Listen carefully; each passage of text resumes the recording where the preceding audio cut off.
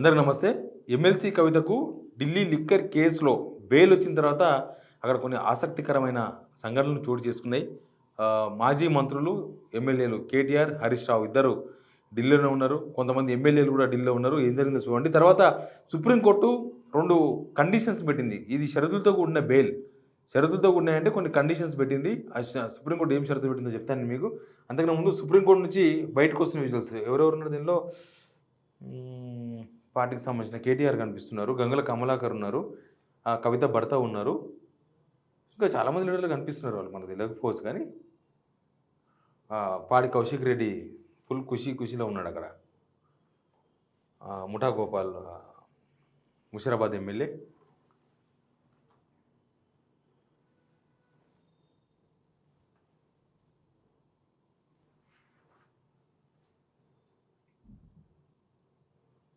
ఎల్లు శ్రీనివాస్ యాదవ్. సరే, ఇదంతా సుప్రీంకోర్టు లోపల ఆ వాదనలు అయిపోయిన తర్వాత బెయిల్ వచ్చిన తర్వాత అక్కడ నుంచి విచర్స్ గ్యాలరీ నుంచి బయటకు వస్తున్న విజువల్స్ ఇవన్నీ కూడా.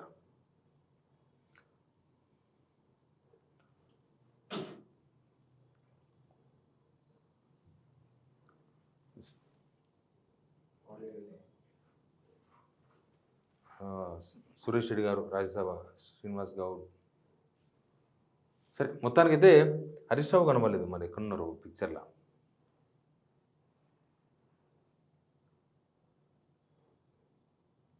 ప్రశాంత్ రెడ్డి, బాలకృష్ణ ఉన్నారు, చాలామంది ఉన్నారు. బహుశా పైలట్ రోహిత్ రెడ్డి,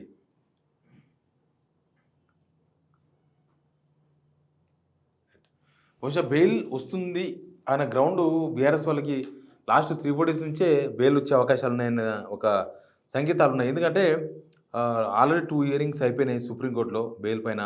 ఈడీ దగ్గర కొత్త వాదన లేదు, సిబిఐ దగ్గర కొత్త వాదన లేదు, సేమ్ అదే వాదనలు వినిపించినాయి. కాబట్టి సేమ్ ఢిల్లీ డిప్యూటీ సీఎం సిసోడియాకు ఎట్లయితే బెయిల్ వచ్చే ముందు సిచ్యువేషన్ పరిస్థితులు తర్వాత కనిపించిందో సేమ్ కవిత విషయంలో కూడా అట్లాంటి వాతావరణం క్రియేట్ అయింది. అందుకే నిన్న సాయంత్రమే కవిత బెయిల్ ఈరోజు ఉంటుంది కాబట్టి నిన్ననే హరీష్ రావు, కేటీఆర్ అందరూ కూడా ఢిల్లీకి పోయినరు, ఎమ్మెల్యేలు అందరూ కూడా పోయినరు.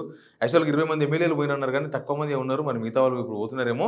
బట్ కవితకు ఫార్మాలిటీ అయిపోయి అవన్నీ మొత్తం ప్రాసెస్ అంతా అయిపోయి బయటికి రానికి కొద్ది టైం పడుతుంది. బహుశా ఈరోజు అవుతుందా రేపు అవుతుందా అనేది తెలియదు. బెయిల్ వచ్చిన తర్వాత కూడా కవిత హైదరాబాద్కి ఇప్పట్లో రాకపోవచ్చు అని ఒక చర్చ ఒకటి నడుస్తుంది. బహుశా కవిత ఢిల్లీలోనే ఉండొచ్చు ఒక 10 రోజులు. ఎందుకంటే ఆమె ఆరోగ్యం బాగాలేదు. దాదాపు 11 కేజీల బరువు తగ్గినట్లుగా వాళ్ళ కుటుంబ సభ్యులు చెప్తూ ఉన్నారు.